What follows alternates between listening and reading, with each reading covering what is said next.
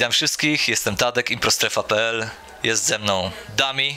Hi. Hi. So, before I saw the show, everyone that I passed during the festival said how great you are, said that you are the best, said that you probably will blow everyone's mind. And you kind of did. Oh, that's so nice. That's really nice, thank you. Yeah, especially after all the build-up, I have to say it was a great show. It's tough, a lot of build-up. I was very worried about the hype. Yeah. Yeah, so is there a format that you guys do, or is there just random, maybe not random, freeform? Freeform, it's random. Yeah, we don't really have a form.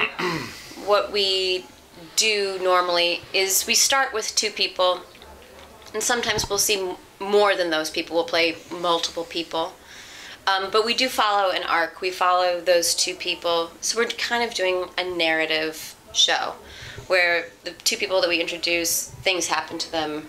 So it's not like a series of scenes with different people in them. So that's the only form. Sometimes it's all in real time. So it's one scene in real time, and sometimes it's a series of scenes, but it's always, we try to follow those 2 people through a series of events. So I read on the website, the festival website, that you have performed for 13 years. Am I correct? For 14 now, I think 14 years. Whoa, you have? Wow, good for you. Since 2003. And how long have you and I been doing it? 9 years? 10 years? Yeah, getting 9 close. or 10 years. Yeah. 9 years. Yeah, as Dummy, we've been doing it for about 9 years. 9 years. And then Jason and I didn't meet for a while, so I was performing elsewhere, and he was performing elsewhere too. So you met each other through improv? Yes. Yeah, as so many people do. We met through improv. Yeah. So it's a kind of philosophical question. What makes an improviser special? Oh boy. Oh, can I go? Yeah. We've been talking about this during the workshops, and I think what makes Jason and I met at I.O. in Chicago, and I think what makes I.O. kind of special is we are big believers of bringing yourself to your characters and to your scenes and shows. So I think what makes an improviser special is their ability to bring more of themselves to improv, to do that more. I think those are really exciting improvisers who get excited about their own reactions and opinions and points of view. I love that about improvisers. There's a lot of things I love, but that's on my mind lately. And I'd say people that are interesting, that don't need to try to be interesting, are always special improvisers. People that are more open and interested in what other people have to say. If you're a very closed-minded person who doesn't really like talking to other people, improv gets pretty difficult. And I think if you're the opposite of that, and not that you're necessarily a people person and you love every person you meet, but you find people interesting, I think this is a lot easier for people to get into.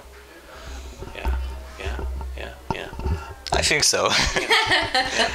So what is your greatest improv memory? It could be from your shows, it could be from shows you have seen. Oh, boy. I mean, I always have, the one for me is always when Colleen and I started performing together. We performed at a smaller black box theater when we really started doing our show. We did it for a few years at a theater called CIC in Chicago, and it was a great run for us to kind of get our feet wet and start doing our show. I think, you know what, I think probably the greatest improv memory for me, though, would be the run of shows we did at I.O. Upstairs in the Del Close Theater, when we did a run of shows for probably 2 years, and I think every show we did was sold out. And it was a really fun run of shows. I don't have a particular show that I have a memory of during that run, but they were all kind of wonderful. Well, I will say when we started that run, it was in the old I.O. Chicago space, and we were upstairs in the DCT, and it was like the first night of doing a real run. and it was sold out, and they added chairs. And Sharna Halpern of IO fame came to see us, and I was so nervous. And I remember being backstage, and I was so scared. I really wanted to have a great show in front of Sharna. And at some point, she'd left. During our show, she got up and left. And I thought, oh my God, oh no. Oh, tragedy. I was like, well, that's it. It's over. And then she reached out to Jason and I, and she said, you guys are great. You guys are great together. Keep going. She just got cold. So, I mean, I think we've had a lot of great memories, and we've seen so many great improvisers since we've been doing it. But those are some things that stand out to us as just, you never get to a point where you feel like, oh, I got it. I'm great at improv. There's no more failure. I think it's always the highs and lows of coming back and doing a great show or getting over that fear or nervousness. So, yeah. So, you said that you need to always reach further. Can you really?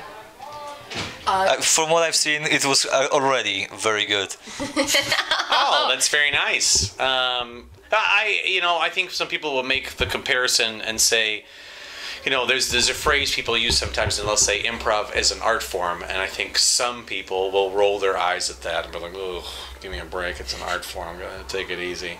I do agree with the idea that it is an art form in the sense that I don't think it's ever something that you truly ever master. You never nail it every single time you get up on stage. I think every single show you do, you can always sit back and look at it and see certain parts that could have been not necessarily better, but clearer, and things that that were possibly missed in the show. You could always go back and go over it again and find missing pieces and pieces that would have made it better. So, I don't think Colleen and I have ever done a show where I would walk away from it and be like, that was perfect. Everything was perfect in that show.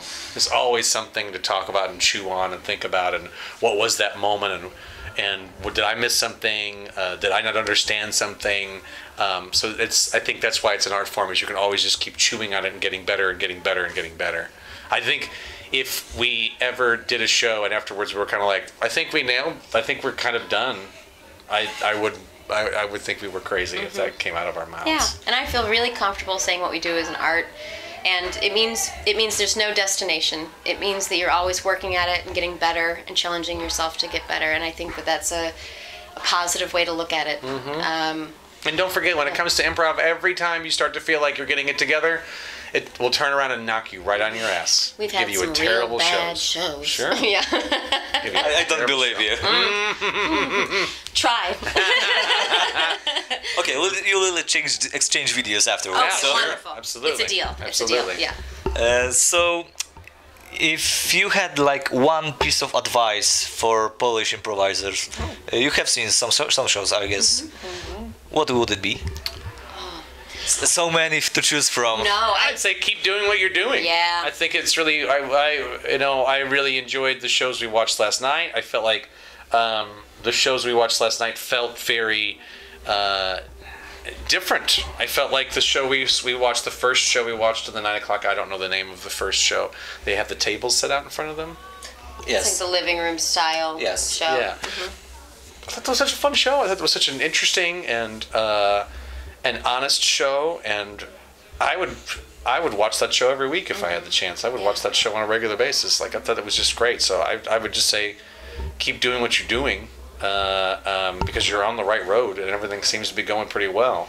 I've told a lot of people this since we've been here, but Polish improvisers are my favorite improvisers on the planet. Polish improvisers are wonderful at being patient, emotional, vulnerable, making things important, being kind, articulate. I'd say keep doing what you're doing, keep embracing what makes your unique improv in Poland unique to itself. It's very artistic. It's taking risks.